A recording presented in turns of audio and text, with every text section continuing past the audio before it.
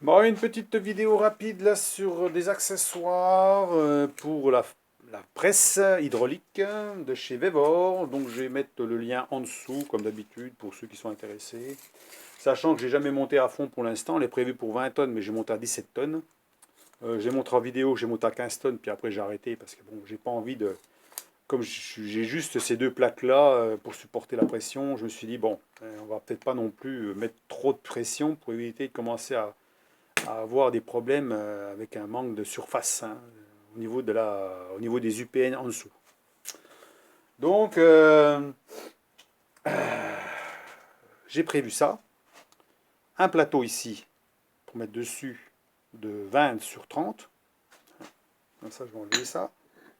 Celle-ci là, 14 kg, 3 cm d'épaisseur, donc qui est posée sur les UPN, qui est juste la largeur en plus. Hein. Donc moi, ça me fait 20 cm de support des UPN. Elle est posée dessus, elle ne dépasse pas, elle est juste à ras. Donc il n'y a pas de problème. Sur 30 cm, 30 cm, hein, je, sais pas, je vois comme il faut, je mets comme alors 30 cm, hein, 30 cm sur 3 cm d'épaisseur. Donc là, c'est quand même du costaud. Bon, c'est pas de l'acier allié, c'est de l'acier doux, hein, A37. Vu l'épaisseur et tout, bon, je pense pas que ça risque beaucoup de bouger. Mais par contre, ça peut marquer. Si vous mettez une petite pièce au milieu, là, puis vous appuyez dessus, vous mettez 20 tonnes, bah, la pièce, elle va rentrer dans l'acier. Il y a des chances. Hein. Elle va faire une marque. Hein. Donc, vaut mieux éviter. Celle-ci, c'est pour supporter la charge, pour répartir la charge, on va dire.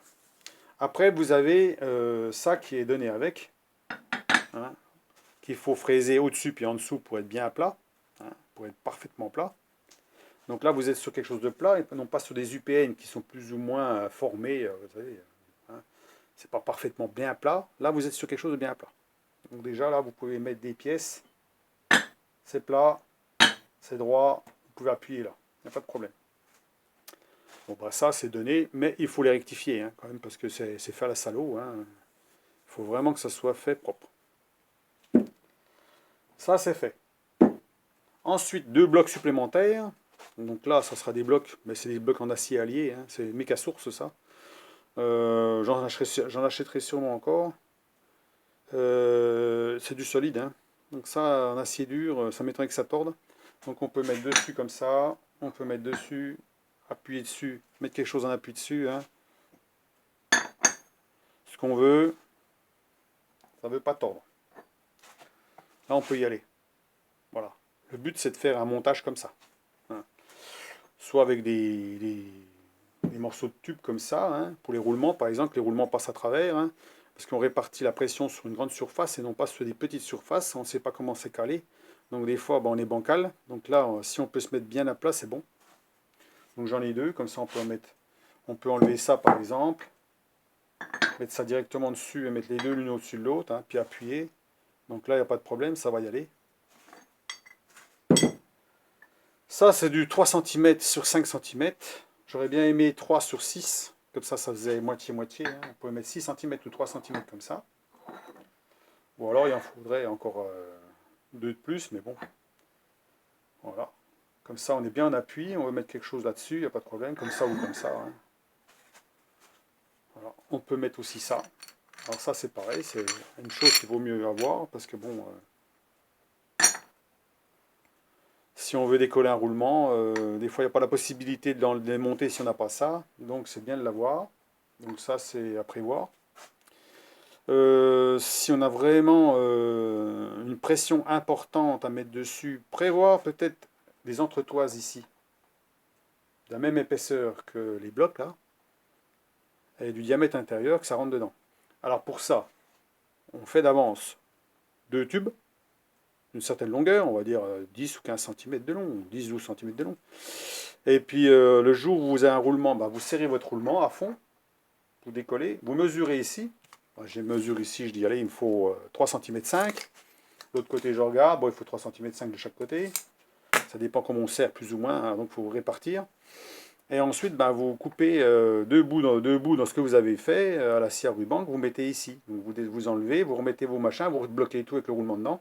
Fait que même si vous mettez beaucoup de pression ici, l'entretoise va appuyer sur le morceau de ferraille là, ça appuiera, ça va appuyer. Il y a moins de chances que ça fasse ça. Et puis que ça vous torde les bouts de ferraille là. Malgré que c'est du 16 mm, c'est ça qui va tordre en premier. Donc si on met des entretoises dessus, là, ben, il y a peu de chances que ça fasse ça. Sauf si vraiment vous mettez une énorme pression à ce moment-là. Bon, il n'y aura pas le choix. Hein, mais bon, ça serait peut-être un truc à prévoir. À prévoir aussi ben, des bouts de barres rondes qu'on peut justement réduire au bout. Hein, qu'on puisse, pour pouvoir dégager sur des axes, des trucs comme ça. Ça à prévoir aussi. Donc ça, j'en ai. Il n'y a pas de problème. Il suffira de les réduire à un moment voulu. Donc celui-là, c'est un gros. Hein, il fait 18. Il va de 18 à 80, 83 normalement. Mais je crois qu'on peut mettre jusqu'à du 100. Hein, on peut mettre facilement 100 mm. Il ne toucherait même pas les bords. Hein. Donc vraiment un gros roulement. Hein. Aussi bien du petit roulement. Du petit roulement. Jusqu'à... Voilà. Donc là, il n'y a pas de problème. Pas se coincer le doigt dedans. Voilà. Donc, un petit peu de matériel à prévoir hein, quand on bricole. Voilà, à prévoir avant. Surtout avant, parce que si on se dit, ah, je vais faire... j'ai une presse, j'ai juste ça, ben là, vous allez peut-être vous poser des questions pour caler quelque chose. Hein. Donc, il va falloir un petit peu de matière comme ça, hein, un petit peu de toutes sortes, d'épaisseur. Un peu ça aussi, un peu une plaque, ça c'est pour renforcer, c'est pour éviter justement de déformer quelque chose au niveau des UPN et tout, et qu'on soit bien à plat, on travaille sur quelque chose de plat, et non pas sur quelque chose qui est plutôt bancal, où les UPN c'est jamais parfaitement bien plat. Donc là, ben, vous êtes sur quelque chose de plat. Hein, voilà. Vous répartissez la pression sur la longueur des UPN. Hein, sachant que ma presse, elle fait à peu près 55, je crois. 55. Je ne sais même pas si elle fait 55. Hein. Non, voilà. Non, elle doit faire dans les 50 et quelques. Je crois qu'il doit à peu près avoir 13 cm de chaque côté. Ouais, il y a 13 cm avant d'arriver sur les bords. Hein. Donc en fait, on répartit la pression sur une grosse surface. Voilà donc pour les petits trucs qu'il faut prévoir. Hein. Donc les tubes, des bouts de tubes comme ça. Alors, ça serait bien d'avoir justement les morceaux du bon diamètre. Hein, parce que là j'ai ceux-là, mais je ne sais pas si c'est vraiment du bon diamètre hein, après avoir. Hein. À voir. Donc je vous laisse sur cette petite vidéo vite faite là, juste pour vous montrer tout ça en attendant. Hein. Comme ça, ben, ça permet de... Ceux qui veulent investir dans une presse, comme je vous dis, je vais mettre le lien au bas. Pour l'instant, elle ne pose aucun problème. Je suis monté à 17 tonnes. Maintenant, je vais pouvoir monter même plus haut. Hein. Je vais faire une vidéo pour essayer de faire un petit peu un crash test, hein, savoir si tout résiste bien. Parce que c'est pas... Voilà, il faut voir s'il n'y a pas de fuite, s'il y a quoi que ce soit au-dessus de 17 tonnes. Il y a encore 3 tonnes à monter au-dessus. Hein. Donc je pense qu'elle va y aller sans problème. Hein, parce que je suis monté à 17 tonnes facilement hein, avec la pédale. Alors je ne sais pas si après c'est dur ou pas, j'en sais rien. J'ai pas voulu tester. Parce que je n'ai que ça pour appuyer. Hein. Je n'ai que ces blocs-là pour appuyer dessus. Sachant que c'est de l'acier doux. Même en mettant les deux surfaces, les deux plaques l'une au-dessus de l'autre, on a quand même 4 cm. On n'appuie pas non plus sur des grosses surfaces. Hein. Donc j'ai prévu quand même d'avoir une plaque en dessous pour supporter. Donc à ce moment-là, je ferai ça. Hein. On peut mettre comme ça, et puis on peut mettre comme ça. Puis là, on appuie.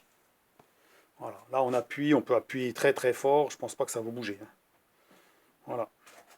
À tester comme ça. Dites-moi ce que vous en pensez, mais bon, voilà. Vaut mieux prévoir que courir, c'est ce qu'à dire. Hein. C'est pas le jour où on en a besoin que bon, il faut prévoir. Hein. On n'aura pas forcément le temps ou d'attendre quelque chose, hein, ou d'aller chercher à droite à gauche un morceau de ferraille si on n'a pas. Voilà. Surtout qu'en acier, moi j'ai beaucoup d'acier, des barres rondes, hein, mais j'ai pas beaucoup d'acier de cette forme-là. Hein. On va dire que j'en ai un peu maintenant de chute parce que j'ai acheté chez Mecasource. Hein. J'ai un peu de chute, mais avant j'en avais pas. Hein. J'ai pas grand-chose en bloc carré comme ça ou rectangulaire. Donc c'est bien d'en avoir. Donc maintenant j'en ai fait un petit stock quand même. Donc il m'a falloir peut-être 2 plaques encore comme ça. Hein, supplémentaires. Comme ça j'aurai 2 plaques comme ça en supplément. Parce que bon, comme je dis, hein, on peut travailler comme ça. Si on n'a pas la plaque en dessous. Si je suis obligé d'enlever la plaque pour travailler sous la hauteur, ben, c'est bien d'avoir une grande surface en dessous, donc 2 fois comme ça. Donc une plaque comme ça, une plaque comme ça, même si elle fait 3 cm, c'est pas grave. Hein. 3 cm d'épaisseur, 3 cm d'épaisseur, vous la mettez ici par exemple, vous faites pareil de l'autre côté, vous pouvez mettre en appui par exemple, et puis extraire quelque chose. Là, vous aurez beaucoup moins de risques de tordre. Voilà.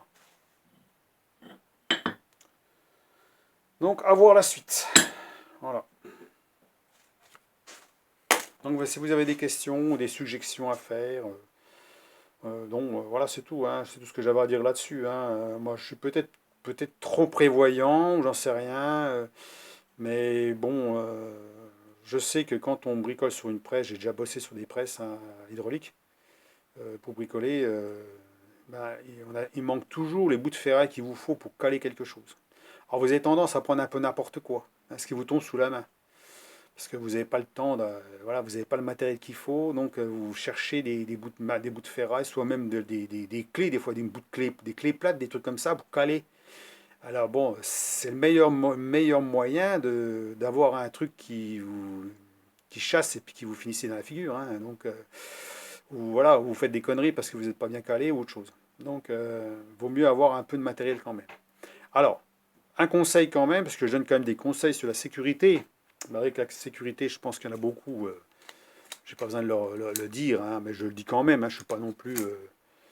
Quand on travaille sur une presse, euh, bien entendu, il faut mettre des lunettes de protection si on veut. Le mieux, c'est d'avoir une grille devant, hein, en cas d'éjection de quoi que ce soit.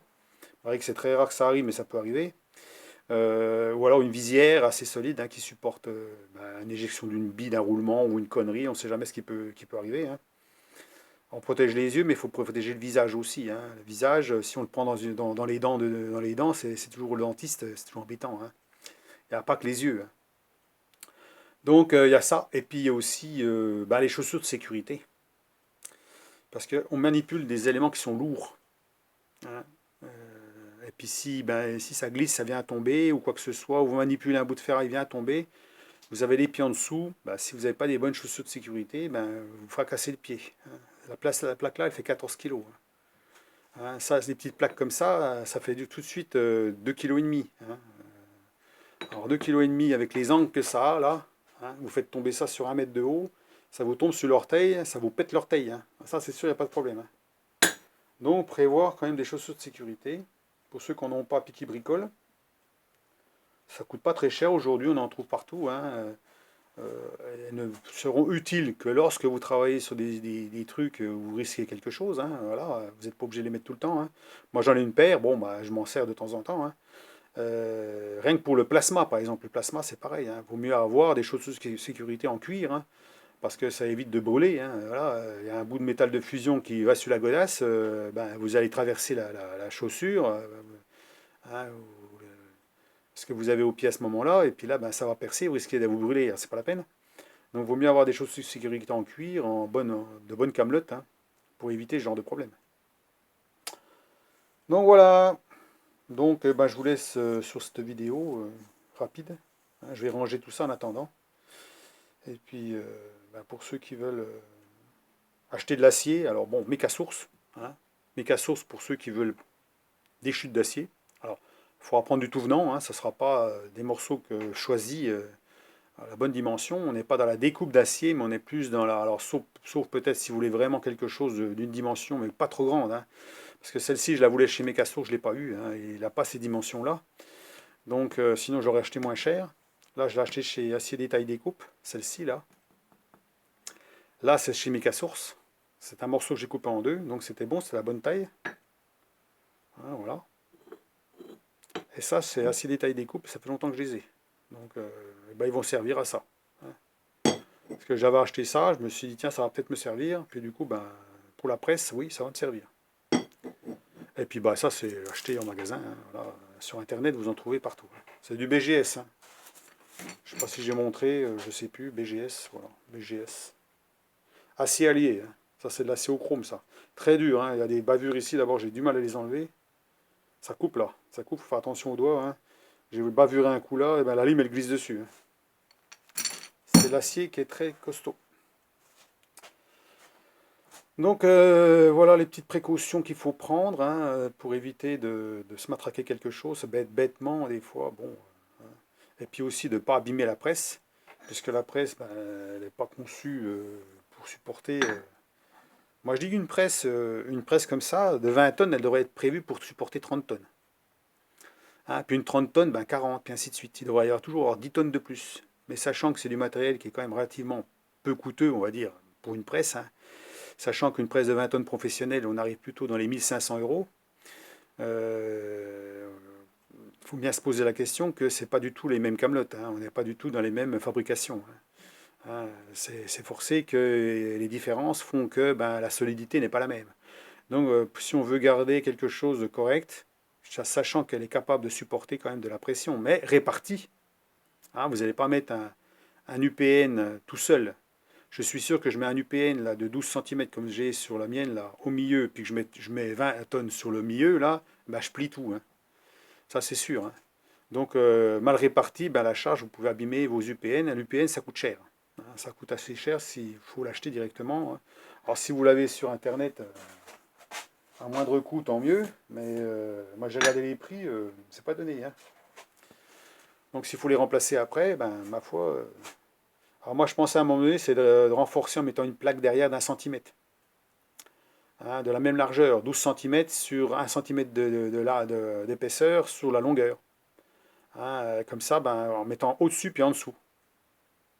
Mais quand on regarde le prix de la ferraille, même 1 cm, c'est cher.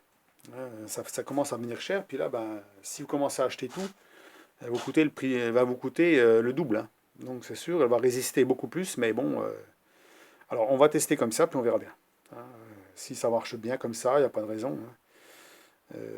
Normalement, elle est conçue pour. Hein. Bon, j'ai regardé des vidéos là-dessus sur certains qui ont acheté ce genre de presse. Certains mettent 20 tonnes dessus réparties et ça tient. Il n'y a pas de problème hein, sur des pièces comme ça. Sur ça, il arrive à mettre 20 tonnes dessus sans que ça bouge. Hein. Donc, par contre, il faut que la pression soit répartie. Il faut que ça se répartisse sur une surface assez large. Voilà. Voilà. Donc j'attends vos commentaires, n'hésitez pas. Hein, et puis passez une bonne journée, un bon week-end, une bonne fin d'année. Bon, non, je ferai sûrement encore des vidéos, peut-être encore une ou deux vidéos avant la fin de l'année, ça c'est bien possible. Hein, parce que bon, mais bon, en cas où si j'en fais pas, ben, ma foi, ben, bonne fête de fin d'année. Hein, et puis amusez-vous bien. Hein, voilà. Allez, bonne journée, au revoir.